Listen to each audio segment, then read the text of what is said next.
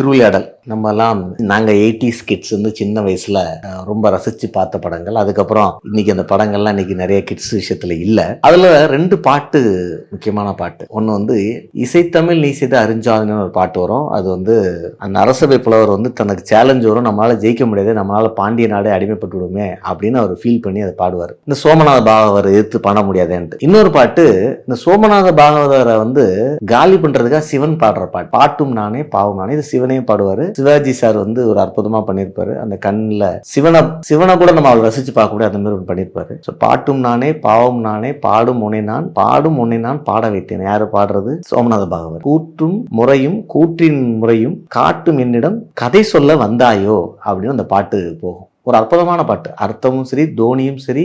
அதுதான் சொல்லுவார் சோமநாத பாகவதர். நான் இது வரைக்கும் எத்தனையோ பாட்டு கேட்டிருக்கேன், ஆனா ஒரு பாட்டு பாடும்போது அசைந்த பொருள் நிற்கவும் நிற்கும் பொருள் அசையும், இப்படி ஒரு பாட்டு இப்போதான் கேட்டேன். இந்த பாட்டை எழுதுனது யாருன்னு ரொம்ப ரீசெண்டா ஒரு நியூஸ் வரும்போது பார்த்தா காமோ ஷெரீஃப் அப்படின்னு ஒரு இஸ்லாமிய நண்பர் எழுதியிருக்காரு. ஸோ இந்த பாட்டை வந்து ஒரு உள்வாங்கி ஒரு மாபெரும் சிவன் பக்தர் தான் எழுதியிருக்க முடியும்னு நினைக்கும் பொழுது அந்த பக்தியில் இருக்கிற ஒருமித்தம், அதாவது ஒரு இந்த பாட்டை எழுதக்கூடிய ஆளுகள் நிறைய இருந்தாங்க அந்த காலத்திலையும். கண்ணதாசனா இருக்கட்டும், வாலியாக இருக்கட்டும், இந்த மாதிரி நிறைய மாபெரும் எழுத்தாளர்கள் இருந்தாலும் அந்த திரைப்படத்துடைய அவர் டைரக்டர் வந்து ஐ திங்க் நாராயணன் சார் நினைக்கிறேன், அவர் வந்து ஒரு கூட்டு எழுத சொல்லியிருக்காருன்னா பல பாடல்கள்ல இந்த பாட்டில் இருக்கிற உயிரை வந்து இவர் கொடுத்ததாகத்தான் இருக்கும். ஸோ ஒரு இன்டர்ன் மதத்துக்குள்ள ரொம்ப இன்டென்சிவா போகும் பொழுது, அதாவது ஒரு கடவுள் பக்தியில ரொம்ப கோருக்குள்ள போகும்போது அங்க ஒரே ஒரு ஒளிதான் இருக்கு, அந்த ஒளியில இருந்து ஒரே ஒரு இசைதான் இருக்கு, அது ஒன்னா இருக்கு அப்படிங்கிறதுக்கு ஒரு எடுத்துக்காட்டாக இதை பார்க்கிறேன். இதை ஏன் அதை சொல்றேன்னா அவருடைய வாழ்க்கையிலிருந்து நம்ம அந்த மதத்தை புரிந்து கொள்வதற்காக சொல்றோம். உடனே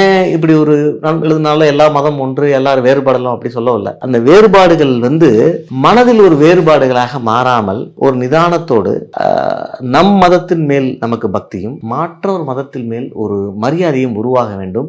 அவருமே இந்த பாட்டை பக்தி எழுதியிருக்கிறார், உள்ளார்ந்த பக்தி எழுதியிருக்காரு, ஆனால் அதை விட ஒரு பெரிய மரியாதையோடு எழுதியிருக்காருங்கிறதான் பார்க்கிறேன். ஸோ பாட்டும் நானே பாவம் நானே அப்படிங்கிற பாட்டை இறைவன் அடிக்கடி எல்லாத்துக்கும் பாடிட்டு தான் இருக்கான். ஒரு யாராவது ரொம்ப ஈகோவா ஆகிற பணக்காரனா இருக்கட்டும், ஈகோவாக ஆகிற ஒரு பெரிய அரசனாக இருக்கட்டும், ரொம்ப நான் தான் அப்படின்னு அகம்பாவம் எடுக்கிற ஒரு அரசனாகவோ பணக்காரனாகவோ ஒரு இசைப்பாளராகவோ நடிகராகவோ ஒரு பெரிய அதிகாரியாவோ யாரா இருந்தாலும் அப்பப்ப இறைவன் இந்த பாட்டை போடுறான். இந்த பாட்டை நம்ம அடிக்கடி கேட்கறது நல்லதுன்னு நான் நினைக்கிறேன். நன்றி, வணக்கம்.